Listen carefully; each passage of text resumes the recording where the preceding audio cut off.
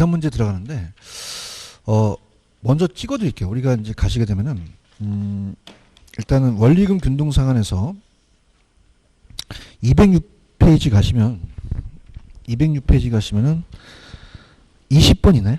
요거 별표 하나 쳐놓으시고, 요게 처음에 이제 나왔던 문제고요. 21번은 이거는 기출이 아니고 이 저자가 냈기 때문에 그냥 요거는 여러분들이 푸시고요. 넘기면 어떤 게 또 중요하냐? 22번입니다. 22번. 22번은 중요한 게 원리금균등이 1회차가 아니라 우리가 이게 2회차, 3회차도 나왔었거든요. 그죠? 이건 이제 없기 때문에 기출문제 특강회 때 그거 참고하시고요. 23하고 24는 똑같은 문제인데 24번이 중요합니다. 24번. 지금 제가 별표를 3개 쳤죠. 그거 위주로 가져가세요. 그거 위주로 가져가셔서 어차피 뭐 그 똑같은 문제다 보니까 이렇게 해서, 그럼 아까 그 20번을 가볼게요. 20번은 이제 자, 따라서 매월, 매년과 매월은 다르죠, 그죠? 그래서 이제 20번은 원금균등인데 원금균등의 첫 해에 그 상환해야 될 원가이자인데 매월 상환 방식이죠, 그죠? 그래서 이제 원금균등에다가 밑줄 쳐보세요. 자, 원금 균등 분할 상환은 항상 원리금을 구하라고 하거든요. 원리금은 원금과 이자를 더해야 되죠. 근데 매년이에요? 매월이에요? 그럼 2,400만 원이 전체 금액이죠? 그럼 2,400만 원을 자, 10년으로 상환하는데 중요한 게 어차피 12개월로 나눠지잖아요. 해설이 어떻게 됐냐면 이게 120개월이라는 얘기예요. 그러니까 여기다가 12를 더 곱해서 120으로 나누라는 얘기죠. 그러면 어떻게 돼요? 매월 20만 원이 원금이 되겠죠. 이거 이해하시겠습니까? 20만 원. 자, 이자는 어떻게 돼요? 이것도 12개월로 나눠야 되죠. 그럼 2,400만 원에다가 이자가 5%잖아요. 자, 따라해보세요. 5%는 10%의 반이다. 그러면 2,400의 10%는 240하는 120이 되잖아요. 12개월이니까 10만 원이 되겠죠. 그런가요? 그럼 합이 30만 원이 원리금이 되겠죠. 자, 요거 별표 치셨죠? 그 다음 21번은 웬만하면 제가 푸는데 이 저자분에 대한 거니까 이거는 그냥 해설을 참고하세요. 적중되기 좀 그렇고요. 자, 넘기시면은 23, 24 중에서 제가 24번을 찍었죠. 24번이 나옵니다. 이제는 1회, 2회도 약해요. 그래서 따보세요. 9회, 13회. 이제는 횟수가 바뀝니다. 그죠? 그래서 이제 원금균등이기 때문에 똑같이 원금균등이에요. 그럼 이제 원리금을 구하래서 원금 플러스 이자인데, 자, 지금 여러분들 풀어오셨으니까 9회차에 원리금을 구하라 그러잖아요. 그러면 8회차까지 끊으세요. 몇 회차까지? 자, 그러면 보세요. 지금 5개, 전체 5개 20년이니까 2,500만 원씩이 원금이죠. 그런가요? 그럼 9회차에 2,500만 원이 원금인 건 아시겠죠? 이자는 남아있는 금액이 조금씩이잖아요. 그럼 5억에서 2,500을 8번 곱한 게 우리가 2억이거든요. 그런가요? 그럼 얼마가 남죠? 3억이 남죠. 3억이 5%잖아요. 5%는 10%의 반이잖아요. 그럼 어떻습니까? 자, 우리가 그러면 3억에, 자, 아니죠. 지금 잘못했죠. 우리가 어떻습니까? 이게 맞죠. 3억의 5%는 3천의 반이니까 1,500이 되죠. 그러면 4천만 원이 9회차의 원리금이 되겠죠. 자, 지금 13회차를 구하라 그랬죠. 그러면 그냥 해야 돼요. 12차까지 끊으셔야 돼요. 그럼 12번 곱하게 되면은 우리가 요건 3억이 됩니다. 그럼 5억에서 3억 빼면 2억의 5%니까 10% 2천이니까 반띵은 1,000만 원이 되겠죠. 그런가요? 그러면 9회 때의 원리금은 4천이고 그 다음에 우리가 그 13회 때 이자는 1,000만 원이 되겠죠. 요게 이제 24번이 이제 시험 문제 이걸로 굳힙니다. 더 이상 뭐 23번 같은 거 풀지 마세요. 왜냐면 24번만 받으래도 우리가 17, 18까지 나올 수 있다는 거죠. 이해하셨죠? 그죠? 그래서 24번에 별표 쳤나요? 22번은 좀 안타까운 게 원리금 균등의 첫 해만 내셨더라고요. 그래서 첫 해만. 그래서 그냥 우리가 22번은 나중에 기출문제 참고하셔서 꼭 그 3회차, 4회차 야매에 있었거든요. 그래서 꼭 참고하시고요. 가격이 10억인 아파트를 구입하기 위해서 3억을 대출받았대요. 대출이자 연리 7%대 20년간 원리금 균등이죠. 자, 원리금 균등상환 방식은 자, 따라서 원금을 구하라고 한다. 그러면 원리금을 구해서 이자를 빼주면 되죠.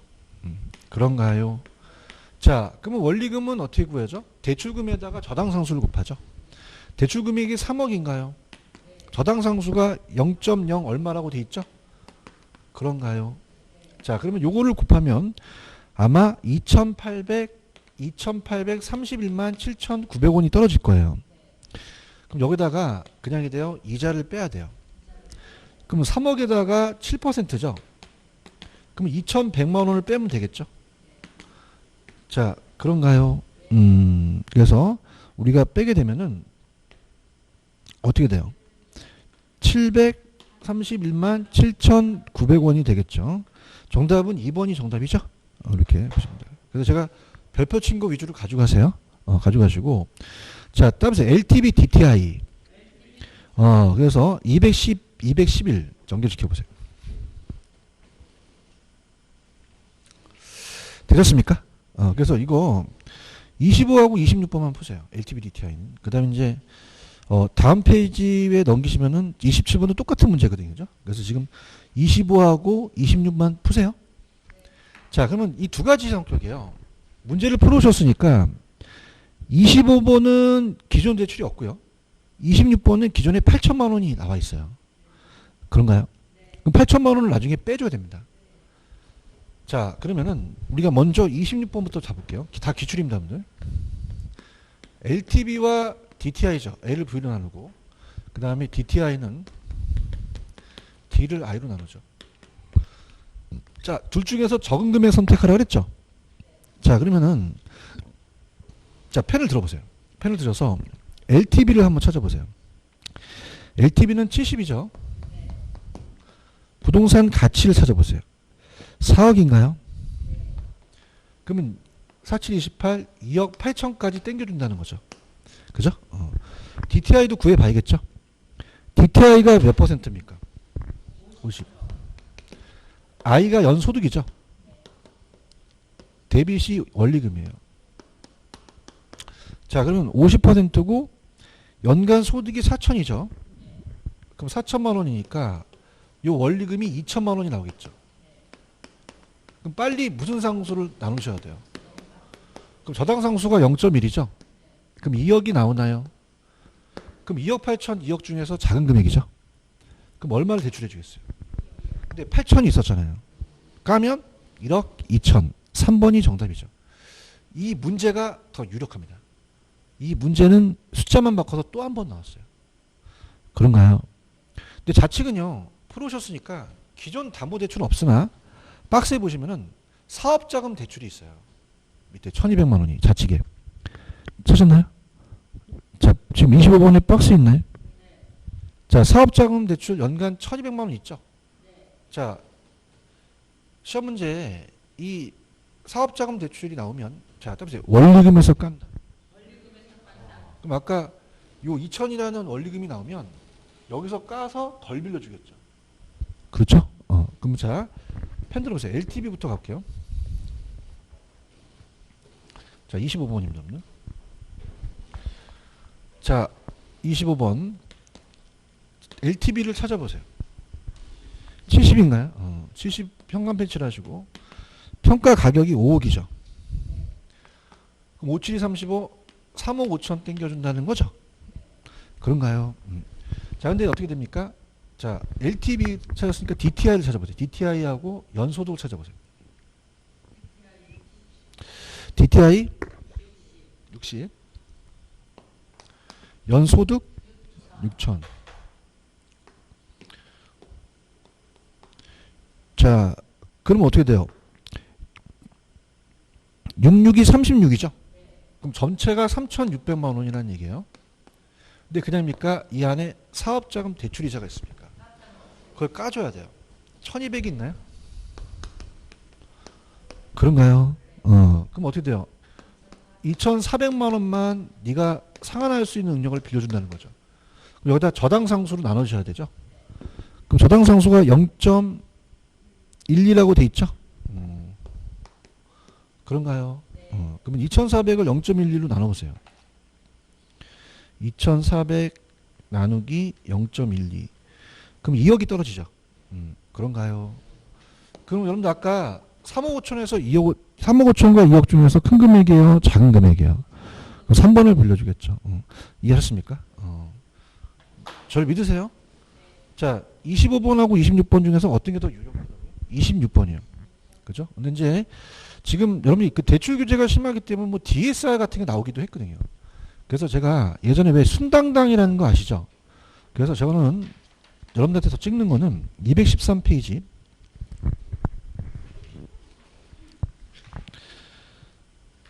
자, 지금까지는 자, 따라해보세요. 주택. 근데 29번은 따라해보세요. 상가. 아, 올해 상가가 나와요. 29번. 29번 중요합니다. 그 다음에 그 전에 또 나와 있던 게 순당당 문제가 18번입니다. 18번. 205페이지.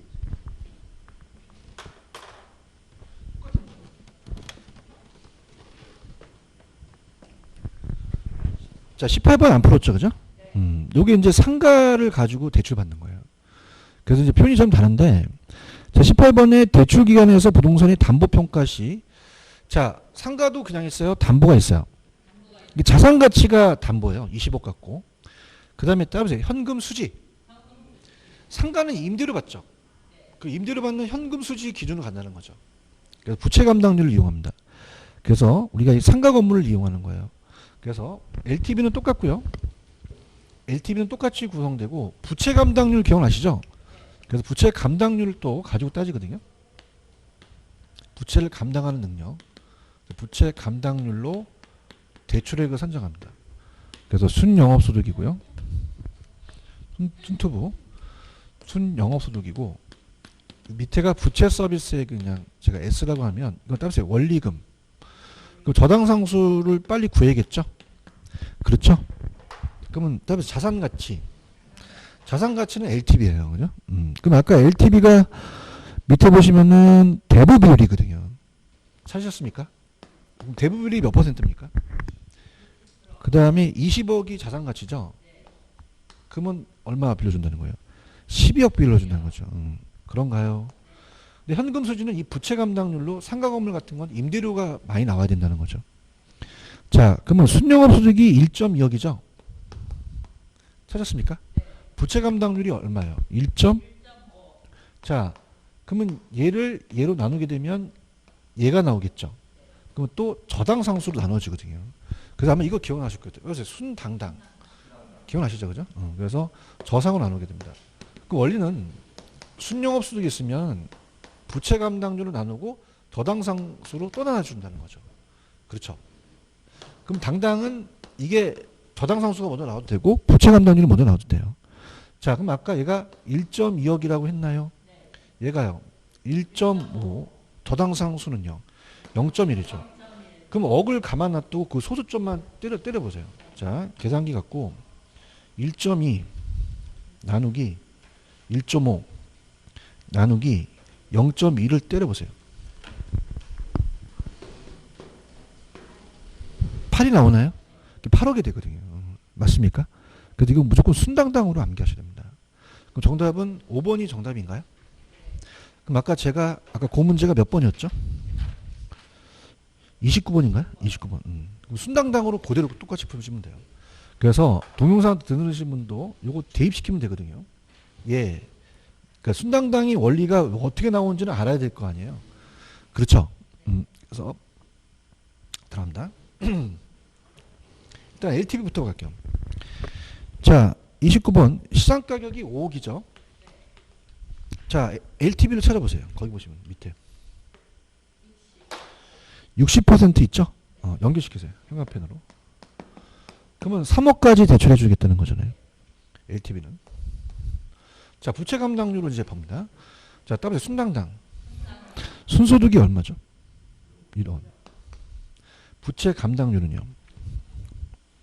인가요? 저당상수는요?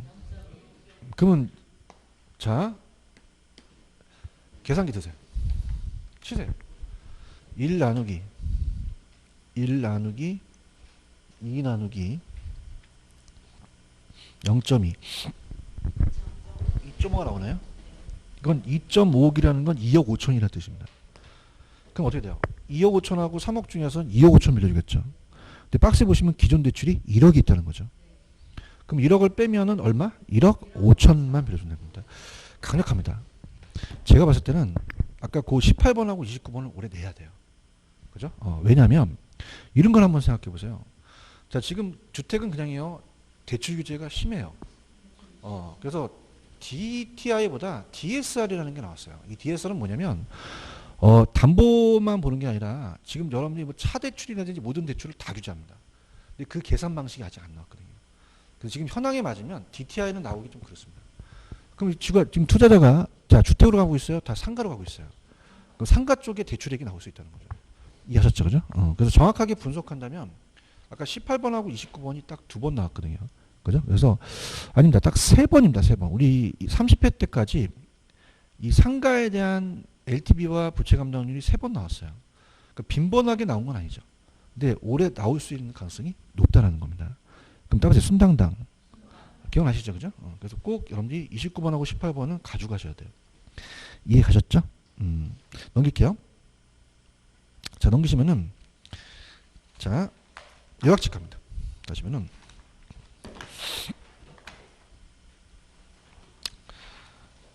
자, 페이지로 146페이지 가죠.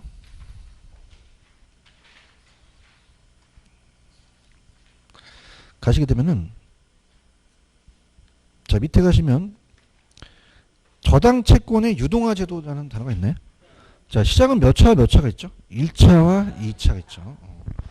자, 그래서 자, 1차는 저당 채권이 형성되죠. 그래서 우리가 차입자가 주택저당 채권을 넘겨요.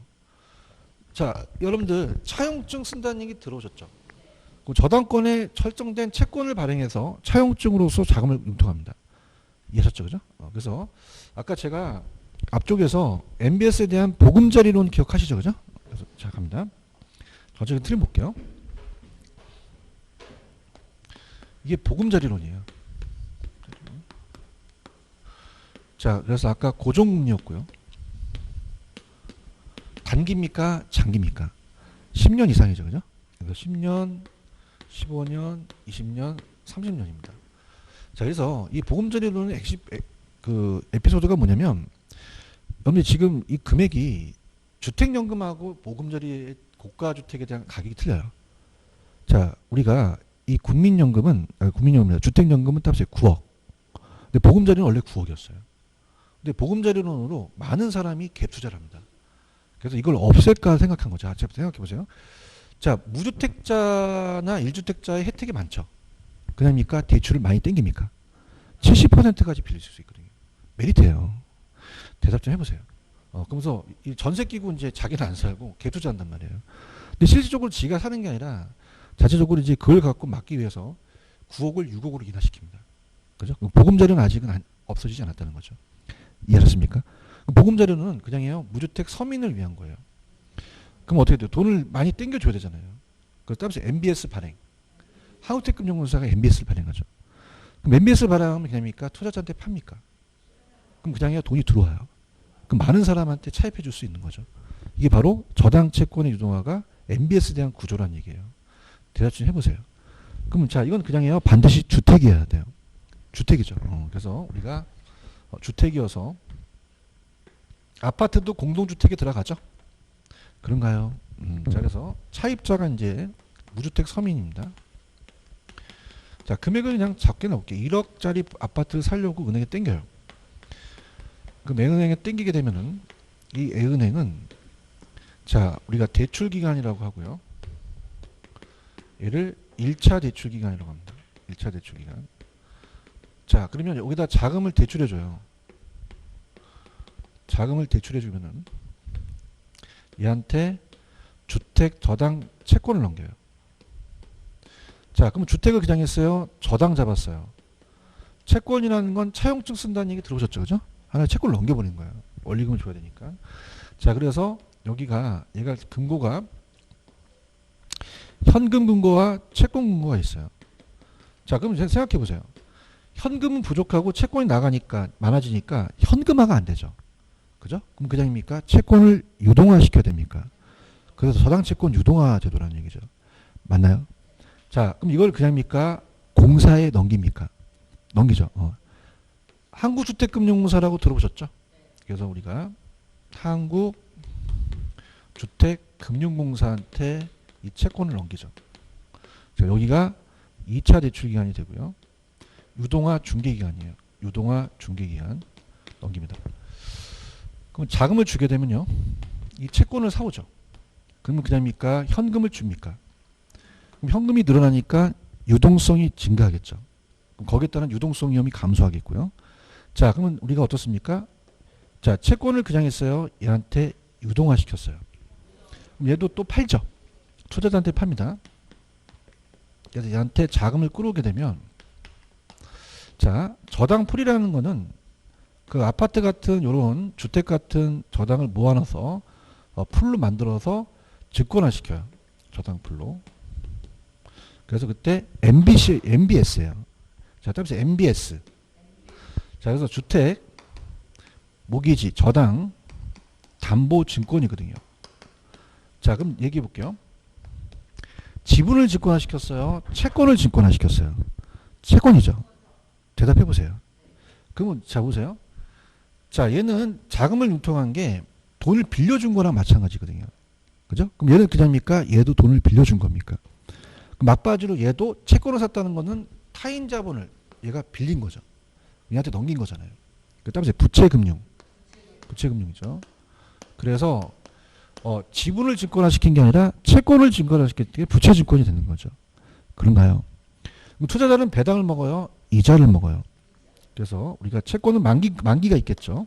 그래서 얘 저당 수익률이 요구 수익률보다 작아야 돼요? 커야 돼요? 커야 되죠. 그래서 우리가 요구 수익률보다 커야 된다. 자, 그러면은 여기가 따라서 1차 저당시장. 자, 여기는 채권이 유동화됐습니까? 저당 채권이 형성됐습니까? 담보대출 해준 거죠. 그죠? 그래서 여기는 주택 자금 대출. 그래서 주택 자금 대출 시장입니다. 담보대출 시장이고요. 자, 여기는 따라서 2차 저당 시장. 자, 2차 저당 시장은 자금을 대출해줬어요? 자금을 공급해줬어요? 공급해줬죠. 그래서 주택 자금 공급 시장이다. 유동화되는 건 2차가 되겠죠. 자, 그렇다면은 자, 생각해 보세요. 자, 1차 대출기간과 2차 대출기간은 이 채권을 반드시 유동화해요? 자기가 보유할 수도 있어요. 유동하게 되면은 또 비용이 나가죠. 자, 그 다음에 중요한 거는 차입자는 지금 몇 차 있죠? 그럼 2차와 차입자는 아무런 관계가 없겠고요. 그럼 차입자 나오면 몇 차 찍어야 돼요? 투자자 나오면. 자, 여기 A은행이 끼겠죠. 그죠? 그 다음 우리가 이따 문제를 보겠지만은 이 저당 수익률에 요구 수익률 만족한다? 자, 저한테 많이 여쭤보시지만 이 MBS는 국공채 같은 수익률이에요. 자, 국공채는 그냥입니까? 좀 안전합니까? 그래서 개인 투자가 아니에요. 개인 투자는 메리트가 없어요. 그래서 우리가 국민연금관리공단 같은 이런 기관 투자자들이 많이 투자합니다. 그럼 생각해 보세요. 우리가 만약에 국공채 이자가 요즘 이자가 낮죠? 그럼 연 1.5% 준다면 얘가 만약에 2% 주면 메리트가 있는 거죠. 그런가요? 그럼 얘는 그냥입니까? 이 요구 수익률을 만족해야 됩니까? 만족해야지만 투자할 거라는 거죠. 중요한 거는 전제 조건이 투자자가 없어야 돼요? 반드시 있어야 돼요? 그럼 얘를 만족시켜야 된다는 거죠. 그래서 공사가 MBS에 대한 수익률을 움직이는 거죠. 이해 갔나? 근데 그냥이야 대출금리는 더 높겠죠. 그래서 1차 금리가 높다고 나왔었거든요. 1차. 그럼 1차 금리는 대출금리를 1.5% 해주는 데 있나요? 나 좀 소개시켜줘. 갈아타게. 그죠? 그럼 대출금리는 낮습니까? 높습니까? 높고 여기에 대한 2차 금리가 더 낮다는 거죠. 왜냐하면 중간중간에 마진을 먹을 수밖에 없잖아요. 그런가요? 그 다음에 MBS는 1차도 발행할 수 있습니다. 발행할 수 없다, 있다. 있어요. 2차 발행하는 게 아니라. 그 다음에 SPC라는 전문회사가 또 만들어서 할 수도 있고 특수목적회사. 그래서 2차만 발행한다, 1차도 발행할 수도 있다. 발행해요. 근데 다이렉트로 하게 되면 수익이 센데 이 공사가 그걸 막기 위해서 지급 보증을 해줍니다. 그냥요 보증을 해줘요. 그럼 차입자가 못 갚으면은 MBS 지급 보증을 해주니까 얘는 얘를 선택할 수밖에 없다는 거죠. 아시겠죠? 그죠? 그래서 지금 저당 시장이 몇 차가 있다? 1차, 2차. 일단 합니다. 자, 그러면 여기까지 끊고 문제를 한번 가볼게요. MBS가 좀 어렵기 때문에 이건 이따가 해드리고 넘겨볼게요. 자, 214페이지입니다. 214페이지 가시면은 자, 30번 문제 있나요? 자, 갑니다. 일단은 우리가 1번 같은 경우는 국내 부동산 금융인데 아까 ABS가 있었죠. ABS는 자산을 담보로 해서 유동화 질권이거든요. 이거 있고요. 다른 것도 맞고. 자, 5번. 자, 다음 시간에 이제 개발 파트에 부동산 신탁회사 들어오셨죠. 토지 개발 신탁 업무를 아직 허용되지 않고 있다. 허용되고 있다. 토지 개발 신탁 있잖아요. 그죠? 5번이 틀렸죠. 31번 갑니다. 자, 정부는 자산담보주권의 저당담보주권 발행에 대한 근거법으로 자산유동에 관한 법률을 만들었어요. 법률의 목적에 대한 해당하는데요. 자, 어떻습니까? 오른쪽 가보세요. 그럼 자산유동화에 관한 법률은 금융기관과 일반 기업의 자금 조달을 원활하게 하고 재무구조의 건전성을 높이고 이겁니다. 단기예요? 장기예요? 장기적인 주택자금을 안정적 공급을 통하는 거죠. 그런가요? 그 다음에 주택금융 기반을 확충하기 위해서 자산유동화에 관한 법률 제도를 확립하고 자산유동화에 의해서 발행하는 유동화증권이 투자한테 보호를 하고 국민경제의 건전한 발전에 기여하죠. 그런가요? 그럼 좌측에 보시면은 니은 것만 틀렸어요. 단계요, 장계요. 그럼 다른 것만 맞죠? 이렇게 해서 이제 저자가 해놓으셨는데 그래도 한번 제가 얘기를 했고요. 그 다음에 215페이지입니다. 자, 가볼게요. 32번은 답만 보세요. 2번. 아까 MBS에 대한 발행은 2차만 합니까? 1차에서 할 수 있습니까? 그럼 2차만 가능하다면 안 되죠. 대답해봐요. 그래서 유동화 전문 회사를 만들거나 그 회사한테 또 넘겨서 할 수 있다는 거죠. 아시겠습니까? 넘겨볼게요. 자, 33번은 별표 쳐보세요. 다 볼게요. 작년 문제니까. 자, MBS의 도입에 따라서 부동산 시장 효과에 관한 설명 틀린 것은 자, MBS 도입하니까 주택금융이 확대되겠죠. 돈을 많이 빌리잖아요. 그럼 대출기관의 자금이 풍부해서 궁극적으로 주택자금 대출이 확대되겠고 자, 주택금융의 대출이자를 어떻게 해야 돼요? 하락해야 되죠. 저리로 가야 되죠. 그렇죠? 아까 절이라고 했잖아요. 그럼 다양한 상품 설계에 따라 주택구입 시 융자받을 수 있는 금액이 또 증가할 수 있어요. 주택금융의 활성화로 주택건설이 촉진되겠죠. 자, 이거를 이제 이 수요자만 빌려주는 게 아니라 건설회사한테도 빌려줘요. 그럼 그다음입니까? 이 건설도 활성화됩니까? 그렇죠. 그럼 주택금융의 확대로 자가소유 가구 비중이 감소하겠어요? 증가하겠어요? 증가하죠. 자, 아까 여러분들 어떻습니까? 현금이 늘어났죠. 그럼 그냥입니까? 유동성이 증가합니까? 그 현금이 많아진 건 유동성을 높였다는 거죠. 소비의 담보대출 접근성이 개선됐다는 거죠. 이거 이해하시겠습니까? 그 다음에 자, 지금 34, 35를 묶어보십시오. 자, 기출입니다. 다 볼게요. 34, 35 다. 자, 일단은 34에 다음은 저당시장의 구조에 관한 설명입니다. 기술이다. 옳지 않은 거. 자, 답부터 볼게요. 4번입니다. 1차 저당 제출자들은 자금의 여유가 있더라도 저당을 자신의 포트폴리오 일부러 보유해서는 안 된다. 보유할 수도 있다. 보유할 수 있고 없을 때는 파는 거죠. 그런가요? 그러니까 이런 겁니다. 봐봐. 자, 봐봐요. 채권을 반드시 매각하게 되면 그냥입니까? 거기에 따른 비용이 나갑니까? 그럼 자기가 현금이 있다면 그대로 보여주고 자기가 보유할 수도 있다는 거죠. 반드시 매각하는 것은 아니라는 거죠. 여기 가시겠습니까? 자, 기출이기 때문에 다 볼게요. 자, 34번에 1, 2번에다가 별표 쳐보세요. 자, 제가 차입자 나오면 몇 차? 투자자 나오면 1, 2번을 바꿔낼 가능성이 있습니다. 그래서 1번에 가시면 저당 대부를 원하는 수요자가 차입자예요. 그죠? 다시요. 저당 대부를 원하는 수요자가 누구라고요? 그럼 요게 나오면 몇 차? 1차. 저당 대부를 맞는 금융기관이 이루어졌죠. 근데 투자자 나오면 2차가 되겠죠. 2차는 저당 대출기관과 다른 기관 투자 사이에 저당을 사고 팔죠. 1차 저당 대출기관들이 2차에 그들이 설정한 저당을 팔고 필요한 자금을 조달하는 건 맞나요? 자, 5번. 차입자는 1차 있었죠. 그럼 2차와 저당 대부 원래 저당 차입자는 아무런 직접 관계가 없다라는 거. 정답 4번인가요? 자, 35번도 틀린 거 자, 요거 4번입니다, 여러분들. 아까 몇 차 금리가 높다 그랬죠? 1차. 1차가 높죠, 1차. 1차. 대출금리. 그러니까 선진국이라는 거는 우리나라 제도가 아니잖아, 이게 MBS가.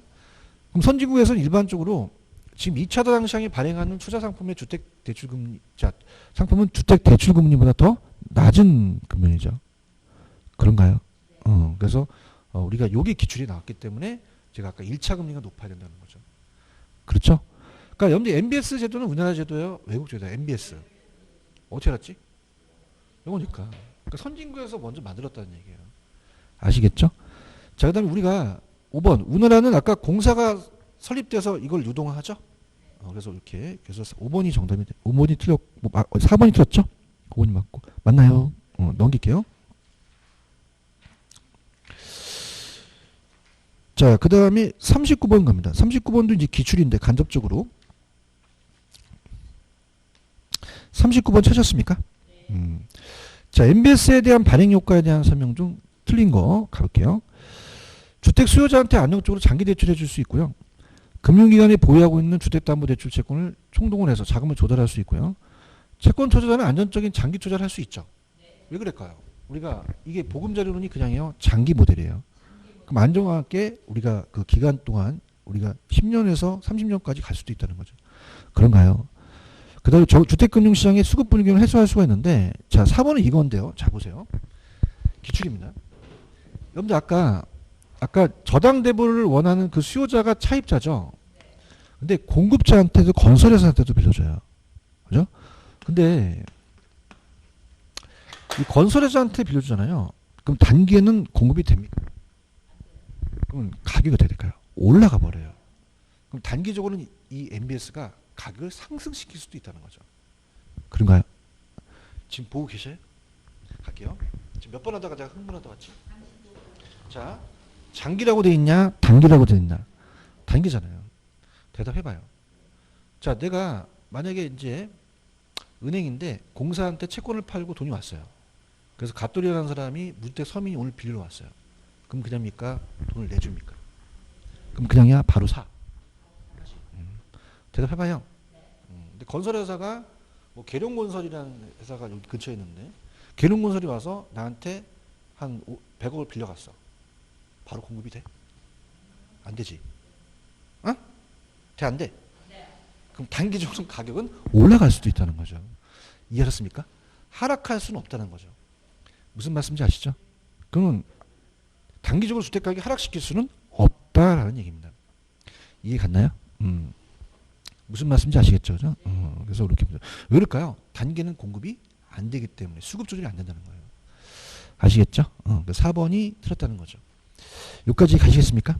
이렇게 하셨고, 자, 그 다음에 이제 MBS에 대한 종류가 있는데요. 요게 조금 어려워요. 그래서 자, 일단은 여러분들이 그 요약집을 한번 가보세요.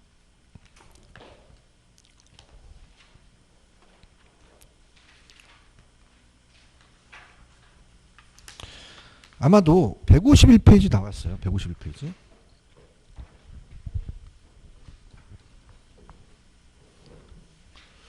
찾았습니까? 요건 조금만 쉬었다가 갈까요? 조금만. 왜냐면 이게 151페이지를 제가 해서 지금 뭐 쉬지 않고 간다면 무리인 것 같아요. 왜냐면 이건 그냥에다 야매가 있다. 야매가 있고 영어기 때문에 좀 쉬었다가 가는 게 좋아요. 아시겠죠? 요건 지우지 마세요. 놔두세요.